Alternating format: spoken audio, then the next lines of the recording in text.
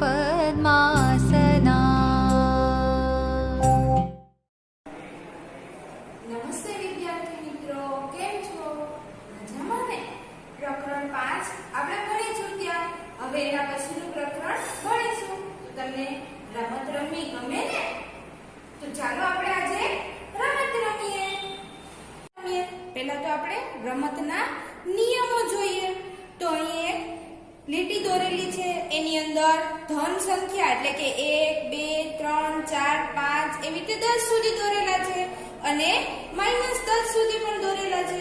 હવે અહીં હું બે પાસા છે, મારા હાથમાં બે પાસા છે. બે પાસામાંથી જ્યારે ગુલાબી કલરનો પાસો આવશે ત્યારે આપણે 0 ની અંદર જેટલી સંખ્યા પાસામાં આવશે એટલા ઉમેરશું અને જ્યારે ગુલાબી કલર સિવાય એટલે અન્ય કલરનો પાસો આવશે ત્યારે આપણે એમાંથી બાદ કરશું. એટલે આપણે જ્યાં આપણી કુકરી હશે ત્યાંથી આપણે એને બાદ કરશું, એટલે કે ડાબી બાજુ ખસેડશું. તો ચાલો હું એક પાસો ઉછાળું છું. કેટલા ક્રમ આવે છે? તો આપણે એક બાદ કરવો પડશે કેમ કે આ ગુલાબી કલરનો પાસો નથી. તો એક મેં બાદ કર્યો એટલે કે ડાબી બાજુ ખસેડી. ત્યારબાદ આપણે બીજા વ્યક્તિનો દાવ લઈએ, એટલે કે આપણે જેટલી વ્યક્તિ રમતી હોય બધાનો દાવ આવવો જોઈએ ને. ત્યારબાદ જોઈએ કેટલા આવ્યા પાસા ઉપર? 3 આવ્યા.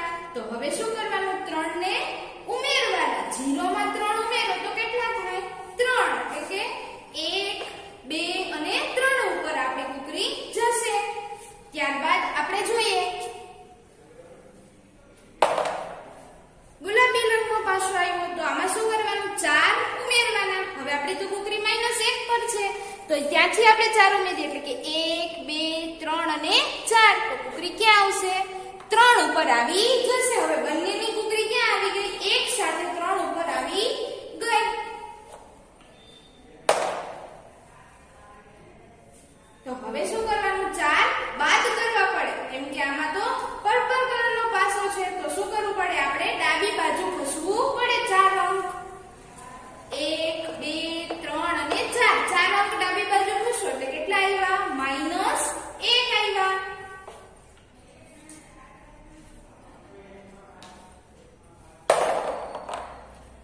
હવે શું આવ્યું? આપણે ગુલાબી રંગના પાસામાં 2 મળ્યા એટલે કે આપણે 2 ઉમેરવા પડે. જમણી બાજુ ખસવાનું. જ્યારે ઉમેરવું હોય ત્યારે જમણી બાજુ ખસવાનું હોય અને બાદ કરવું હોય ત્યારે ડાબી બાજુ ખસવું હોય. તો આપણે 1 અને 2 જમણી બાજુ ખસીએ એટલે 5 મળે.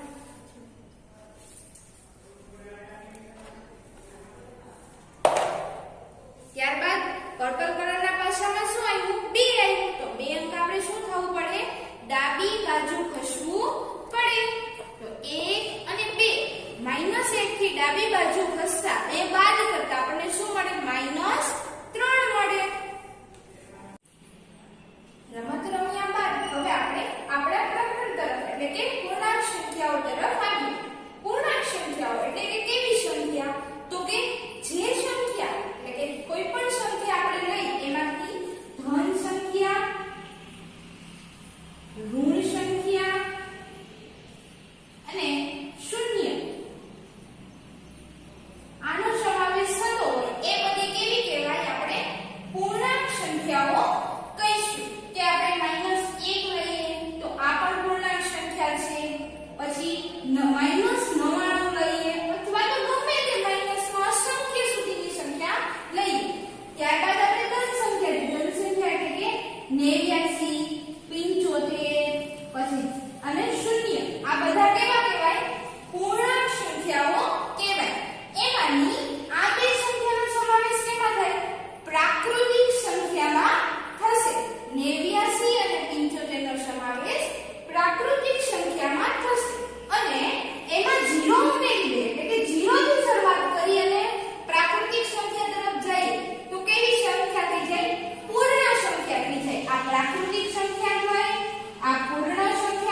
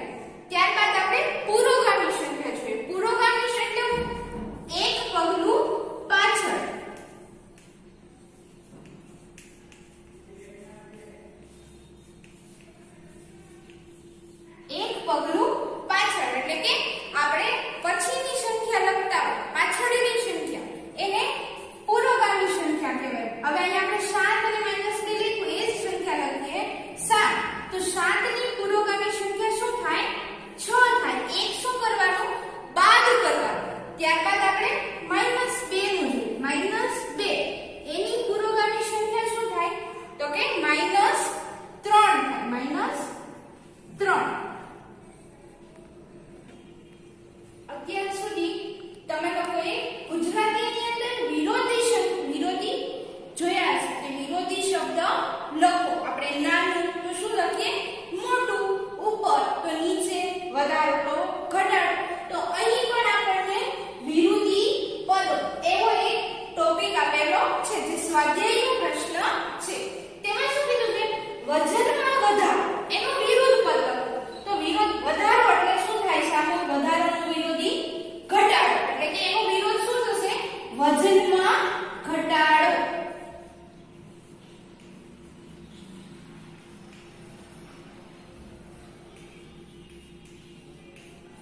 ત્યારબાદ છે 30 કિલોમીટર ઉત્તરમાં. હવે 30 કિલોમીટર ઉત્તરમાં તો ઉત્તરની વિરોધી દિશા કઈ આવે? દક્ષિણ આવે. તો 30 કિલોમીટર દક્ષિણમાં.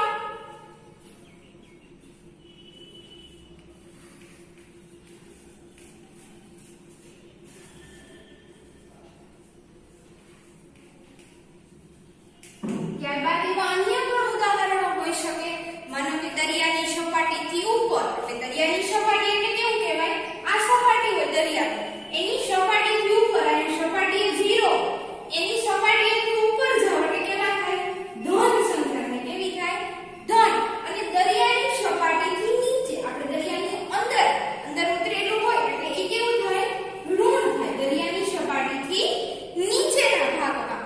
હવે 100 કિલોમીટર ઉપર આપણે કંઈ પણ કહીએ કે 100 કિલોમીટર ઉપરના ભાગમાં આપણે વિમાન ઉડતું હોય તો એને કહીએ ને કે 100 કિલોમીટર એ ઉપર ઉડે છે. પરંતુ આપણે એને એવું કહી શકીએ કે 100 કિલોમીટર નીચે. તો એ શું થઈ ગયું? એનું વિરોધ થઈ ગયું. એટલે કે વિરોધ પદો કે ત્યારે એનું વિરોધી લખવાનું થાય.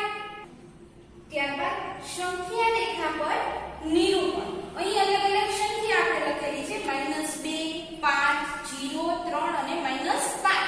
અને અહીં એક સંખ્યા રેખા દોરી. સંખ્યા રેખાની બરોબર વચ્ચે એટલે કે બરોબર વચ્ચે શું લખેલું છે? શૂન્ય લખેલું. અને એની જમણી બાજુ ક્યાં અંક લખેલા છે? ધન સંખ્યા એટલે કે 1, 2, 3, 4 અને 5. એવી રીતે ડાબી બાજુ -1, -2, -3, -4 અને -5 એવી રીતે અંકો લખેલા છે. હજુ તમે તમારી બુકની લંબાઈ અને પહોળાઈ મુજબ આપણે વધારે અંકો લખી શકીએ, પરંતુ જરૂર હોય એટલા અંકો મેં અહીં લખેલા છે. હવે હું દરેક અંકને એક જ સંખ્યા રેખા ઉપર નિરૂપણ કરી દઉં છું. તમારે તમારી નોટબુકમાં અલગ અલગ નિરૂપણ કરાવવાના સ્વાધ્યાયના પ્રશ્ન મુજબ. તો પહેલા આપણે જોઈએ -2. -2 ક્યાં આવેલો સંખ્યા રેખા ઉપર? 0 થી 2 કદમ પાછળ એટલે કે 1 અને 2 કદમ પાછળ પર આવેલો છે. એટલે અહીં હું આને નિરૂપણ કરાવી દઉં. તમે અહીંયા ચોરસની જગ્યાએ રાઉન્ડ પણ કરી શકો અથવા એને ખાલી દર્શાવી પણ શકો. ત્યારબાદ છે 5. તો 5 છે એ સંખ્યા રેખા ઉપર ક્યાં આવેલો છે? ધન બાજુ 0 થી 5 કદમ પાછળ એટલે કે 1, 2, 3, 4 અને 5. 0 માં આપણે 5 ઉમેરીએ એટલે આપણને 5 મળે. ત્યારબાદ જોઈએ 0. તો 0 તો આપણને ખબર જ છે, બરોબર વચ્ચેના ભાગમાં આવેલો છે. તો એને પણ આપણે દર્શાવી દઈએ. ત્યારબાદ શું આવેલું? 3. તો 3 ક્યાં છે? ઈ ધન પૂર્ણાંકો તરફ છે. તો આપણે એને અહીં દર્શાવી દઈએ. ત્યારબાદ છે -5. -5 ક્યાં છે? માઈનસ બાજુ. 0 માંથી 5 બાદ કરીએ એટલે આપણને 5 મળે. કેવા મળે? 5 માઈનસ મળે. ચડતા ક્રમમાં ગોઠવો. હવે ચડતા ક્રમમાં ગોઠવતા પહેલા આપણને ખબર છે કે સૌથી પહેલા કેવી સંખ્યા આવે? નાની સંખ્યા આવે. હવે આમાંની નાની સંખ્યા કઈ છે? તો તમે કહેશો 0. પરંતુ 0 એ નાની સંખ્યા કહેવાય નહીં. હંમેશા ઋણ સંખ્યા સૌથી નાની સંખ્યા હોય. હવે ઋણ સંખ્યામાં પણ જે અંક મોટો હોય એટલે કે અહીંયા મોટો અંક કયો છે? -11 છે. એટલે કે સૌથી નાની સંખ્યા -11 કહેવાય.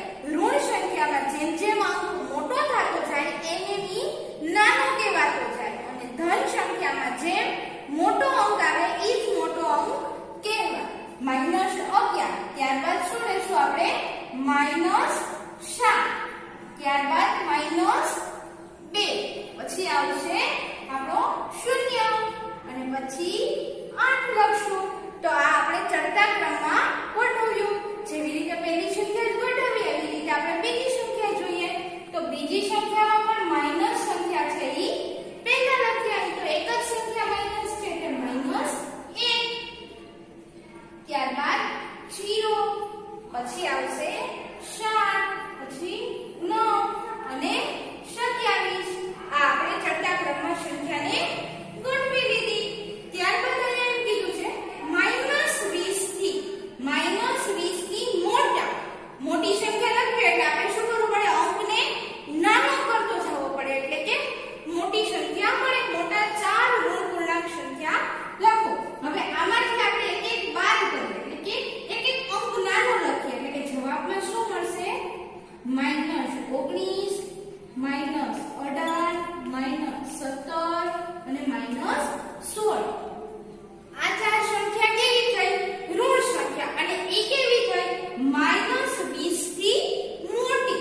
ત્યારબાદ આપણે શું કીધું? -10 થી નાની ચાર સંખ્યા. કેવી નાની? કેવી સંખ્યા લખવાની? નાની ચાર સંખ્યા લખવાની. તો એમાં આપણે શું કરવું પડે? નાની સંખ્યા જોતી હોય તો એક એક અંક પાછળ ખસવાનું. એટલે કે -11 -12 પછી આવશે -13 અને -14. આ કેવી થઈ ગઈ? નાની સંખ્યા થઈ. કેનાથી નાની થઈ? -10 થી નાની સંખ્યા થઈ ગઈ.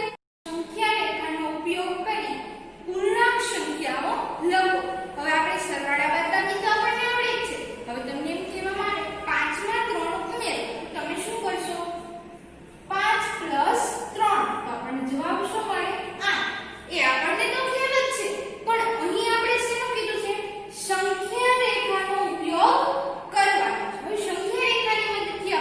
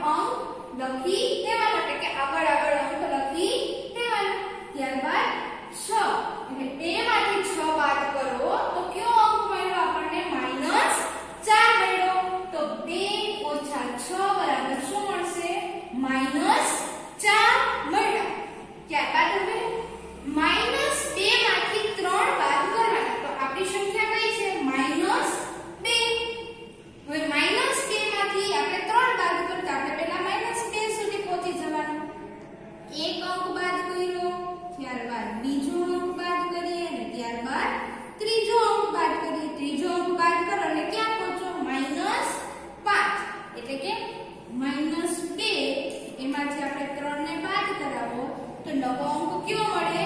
-5 મળે. એટલે આપણો પૂર્ણાંક સંખ્યા આપણને કઈ મળી? માઈનસ મળી. તો આવી રીતે આપણે કોઈ પણ સંખ્યાનો સંખ્યા રેખાની મદદથી સરવાળો બાદબાકી કરાવી શકાય. સંખ્યા રેખાના ઉપયોગ વગર સરવાળો કરો. હવે આપણે પહેલા દાખલામાં આપણે જોયું કે સંખ્યા રેખા દોરી દીધી અને એમાં એક એક કદમ આપણે આગળ વધ્યા હતા એટલે સરવાળો થયો હતો અને ડાબી બાજુ હશે ત્યારે બાદબાકી કરી દીધી. તો હવે આપણે ઉપયોગ કર્યા વગર સરવાળો કરીએ. તો અહીં આપણને પ્લસ અને માઈનસ એક બે નિશાનીઓ આપેલી છે. તો ત્યારબાદ આપણે પહેલા નિશાનીઓ જોઈએ. તો કે જે દાખલામાં પ્લસ અને માઈનસ આ બે નિશાની હોય ત્યારે એનું શું થાય? બાદબાકી થાય એટલે કે માઈનસ. જ્યારે બે પ્લસ આપેલા હોય ત્યારે શું કરવાનું? સરવાળો કરવાનો. જ્યારે માઈનસ પ્લસ આપેલું હોય ત્યારે પણ બાદબાકી થાય અને બંને નિશાની બાદબાકી આપેલી હોય ત્યારે શું કરવાનું? સરવાળો કરવાનો. અહીં આપણે નિશાનીઓ સમજી ગયા. ત્યારબાદ હવે આપણે આગળ દાખલો જોઈએ. તો આ દાખલામાં પણ પ્લસ અને માઈનસ એમ બે નિશાનીઓ આપેલી છે એટલે કે આપણે માઈનસ કરશું એટલે કે 11 - 7 પ્લસ માઈનસ માઈનસ. ત્યારબાદ આપણે 11 માંથી 7 ને બાદ કરાવો તો આપણને તો બાદબાકી આવડે છે. કેટલો જવાબ મળે?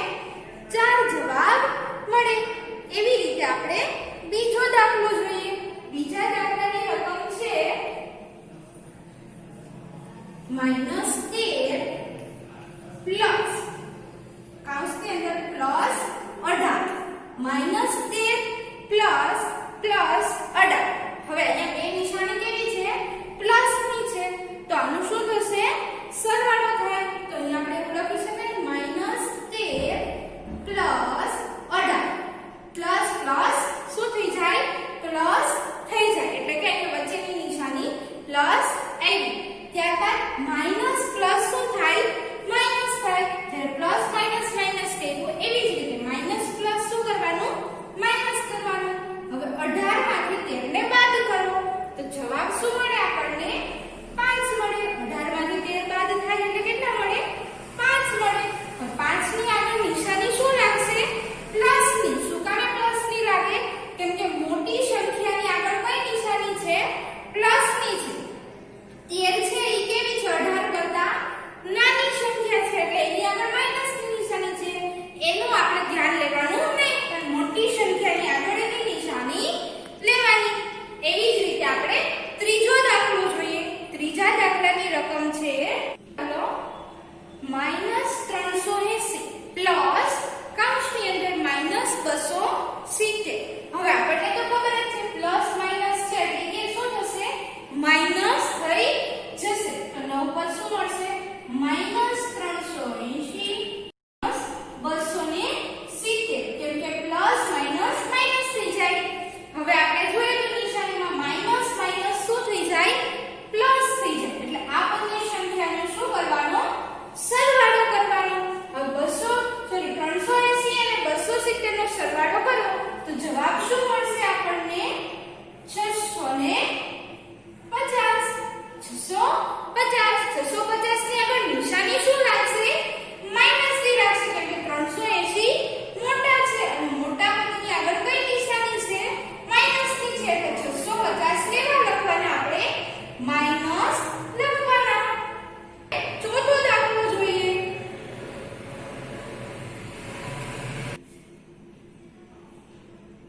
ચોથા દાખલામાં -10 પ્લસ કૌંસની અંદર પ્લસ 19. તો હવે આપણને ખબર જ છે કે પ્લસ પ્લસ શું થઈ જશે? પ્લસ એટલે કે પ્લસ પ્લસ પ્લસ. આપણે નિશાનીઓ જોઈ એની અંદર એવું હતું. હવે કે -10 પ્લસ 19 નવું પદ આપણને શું મળ્યું? -10 પ્લસ 19. હવે માઈનસ અને પ્લસ માઈનસ પ્લસ શું થઈ જશે? માઈનસ થઈ જશે. તો એના પછી આપણે જોઈએ કે 19 માંથી 10 ને શું કરવા પડે? બાદ કરવા પડે. 19 માંથી 10 જાય તો જવાબ શું મળે આપણને? 9 મળે. હવે 9 છે એ કેવા આવશે? પ્લસ આવશે. શું કામે આવશે પ્લસ? કેમ કે 19 છે એ મોટું પદ છે અને મોટા પદની આગળ કઈ નિશાની છે? પ્લસ ની નિશાની છે એટલે 9 છે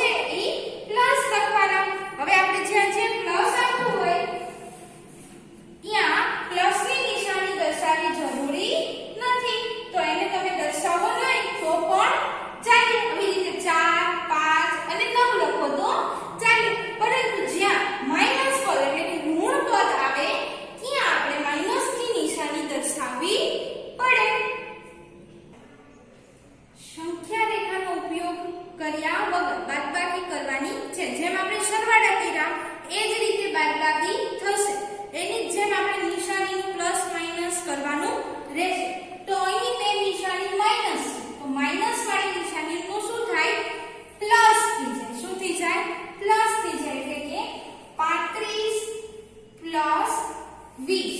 હવે 35 માં 20 ઉમેરો, જવાબ શું મળે આપણને? 55. એવી જ રીતે બીજો દાખલો. અહીંયા પણ બંને સંખ્યા કેવી છે? માઈનસ છે, તો માઈનસ નું શું થઈ જશે?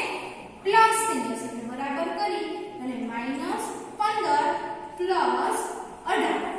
હવે માઈનસ અને પ્લસ બે નિશાની આવી, તો માઈનસ પ્લસ શું થઈ જશે? માઈનસ થઈ જશે. એટલે કે 18 માંથી 15 ને શું કરવાનું? બાદ કરાવવાના. હવે 18 માંથી 15 ને બાદ કરાવો તો જવાબ શું મળે? 3 મળે.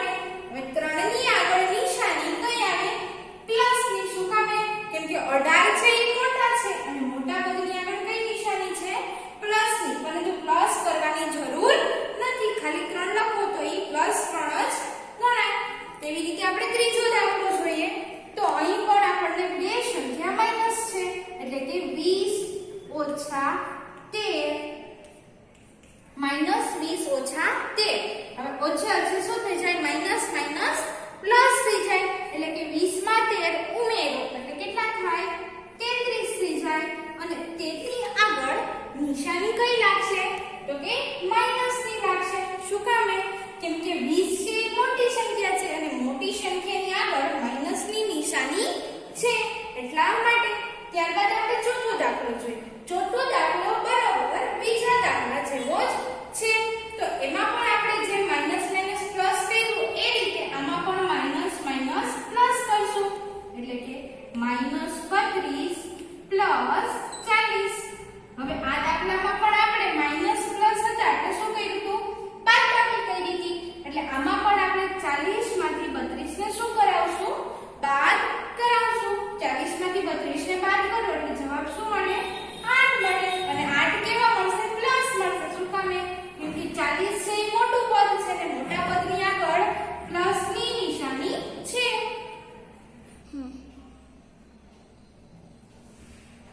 ત્યારબાદ લેસ ધેન, ગ્રેટર ધેન અથવા બરાબરના ચિહ્ન વડે ખાલી જગ્યા પૂરો. હવે આપણને ખબર છે કે લેસ ધેન ક્યારે આવે? કે જ્યારે ડાબી બાજુની સંખ્યા નાની અને જમણી બાજુની સંખ્યા મોટી હોય ત્યારે આપણે લેસ ધેન નો ઉપયોગ કરીએ.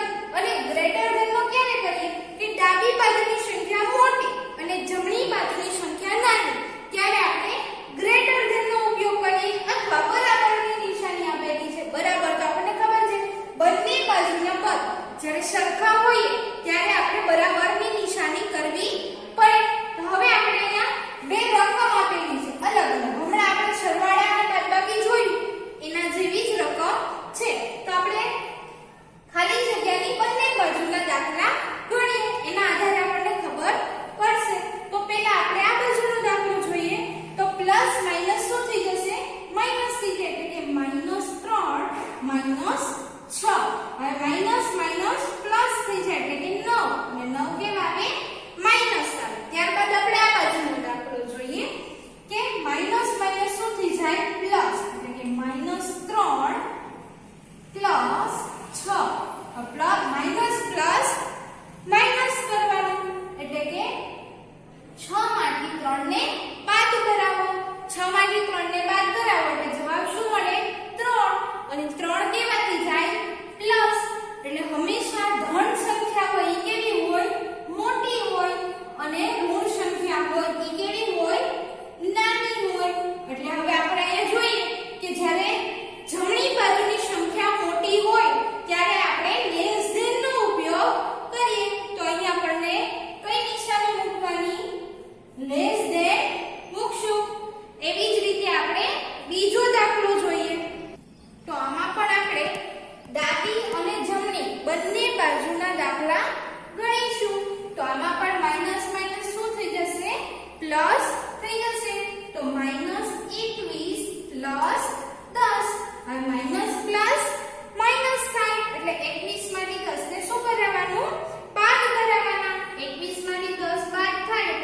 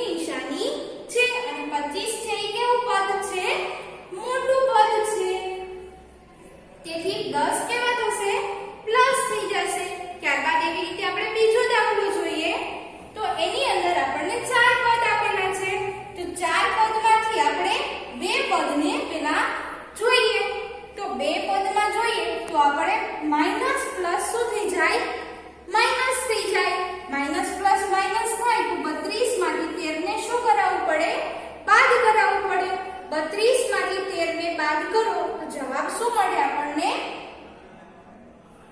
19 મળે હવે 19 છે એ કેવા આવશે આપણે અહીંયા પ્લસ આવશે શું કામે કેમ કે 32 છે એ કેવા છે પ્લસ છે એટલા માટે થઈને પ્લસ આવશે ત્યારબાદ આપણે -8 અને -1 ને લખી દઈએ હવે અહીંયા પ્લસ છે એટલે કે પ્લસ માઈનસ શું થાય માઈનસ થઈ જાય એટલે 19 માંથી 8 જાય તો શું જવાબ મળે 19 માંથી 8 ને તમે બાદ કરો તો જવાબ મળશે 11 અને 11 કેવા હોય પ્લસ હોય એટલે કે 19 ની આગળ પ્લસ ની નિશાની છે એટલા માટે પ્લસ 11 ઓછા 1 પ્લસ માઈનસ માઈનસ થાય એટલે 11 માંથી 1 જાય તો શું વધે 10 વધે આ બંને દાખલાનો જવાબ શું મળ્યો આપણને 10 મળ્યો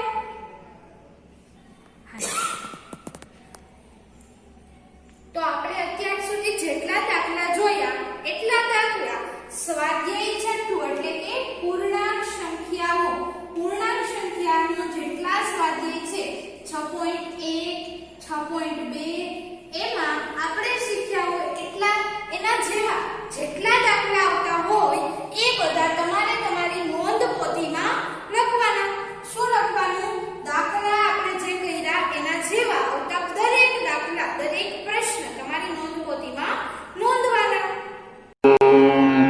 सर्वे भवन्तु सुखिनः सर्वे सन्तु निरामयाः